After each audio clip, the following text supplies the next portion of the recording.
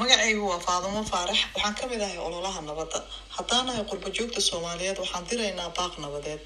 inaad dagaal ku guulaysato muhiim ah waxaa muhiim ah in nabadda loo ololeeyo oo la xoojiyo midnimada ummadda Soomaaliyeed wax walbana wada hadal lagu dhameeyo walaalayaal wadanka yaan dagaal loo celin yaan la barakicin dadkeena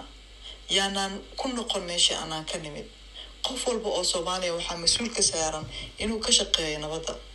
qof weyn qof yar hooyo wadaad qof kasta waxaa mas'uul laga wada saaran yahay inaan maanta ka shaqeyno nabadda iyo in wadankaas uu gadaal u noqon oo burburin